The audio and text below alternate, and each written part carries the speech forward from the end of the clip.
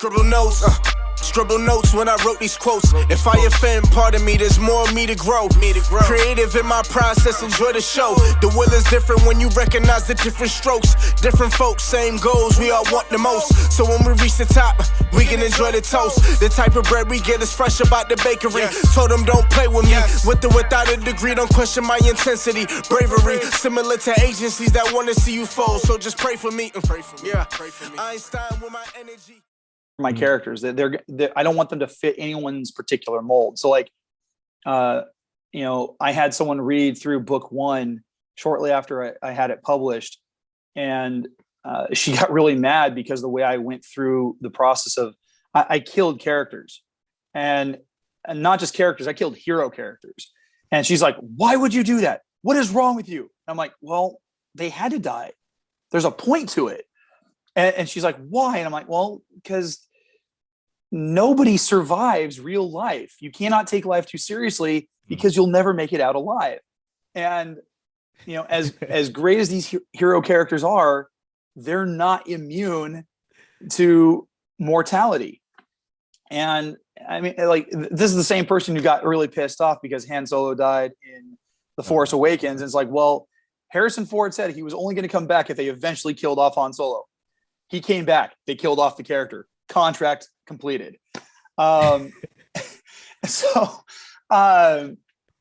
like I have had struggles with people who get upset because the characters don't fit some mold that they want the character to fit. And that becomes problematic for me, because then it's like, you're not appreciating the art for what it is. You're wanting it to fit into this box, and that's not how real people are. That's not how life is. It doesn't fit into a box super neatly. It'll do its own thing. People do their own thing. Yeah, I think make a good point, because I've noticed a lot of people kind of write in that fashion, right? Where they are trying to appease an audience versus creating art, which is what writing is. Especially with character creation. For me, I've always felt that a character, they are them. They are themselves.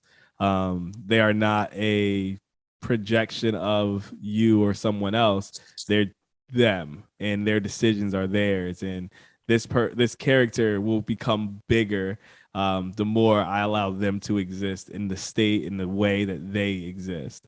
It was very interesting. One of the characters we came up with in our first book, my brother and I co-authored the first one, was this character Asher. He was a gay character, but he was gay because the storyline of him being gay was so powerful. When I started outlining the character, basically his plot goes, his father, who's a god, is looking for Asher, who's the king, to produce an heir.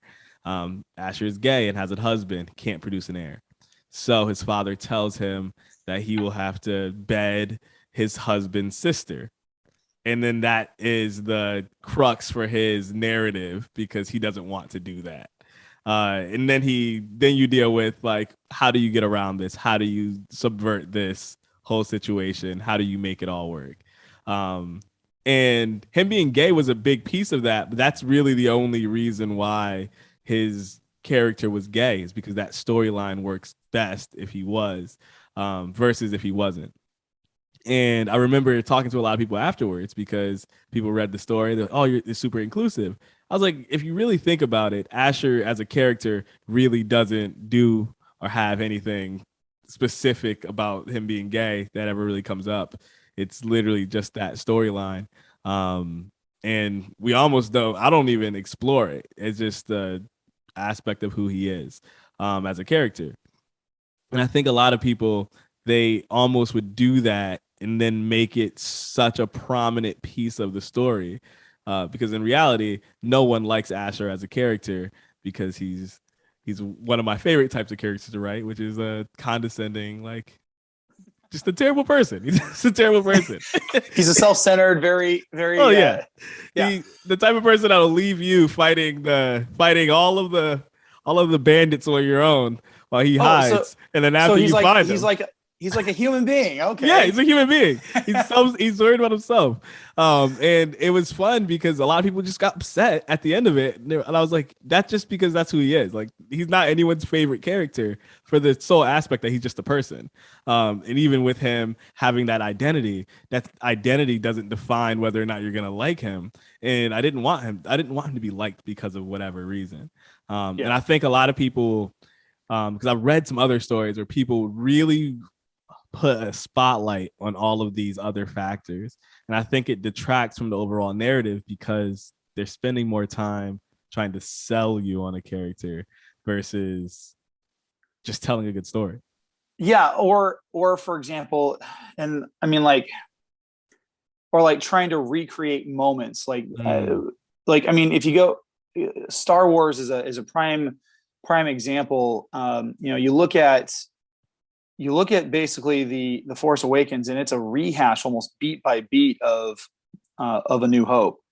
And part of that has to do with the fact that Disney had like no plan involved with the actual creative process of the sequel trilogy. But two, you also had J.J. Abrams, who in and of itself, having him as the director, like the guy has no creative bone in his body. Like nothing is original with him. He's always remaking somebody else's work or trying to make his work look like theirs. And people think, oh yeah, that's really fresh and innovative. No, he's a copycat. He's a walking, talking Xerox. And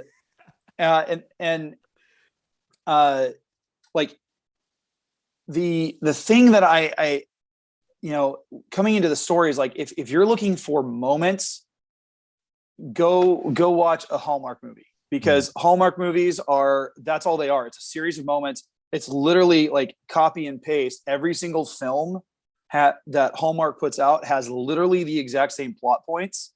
The only thing that changes is whether or not the female lead is blonde, redhead, or brunette. And then the male lead is usually some kind of blue collar type guy. And if he's not blue collar, it's because there's something very different about him, very unique, that he stands outside of the status quo of that particular career field. And it's like, okay, let's.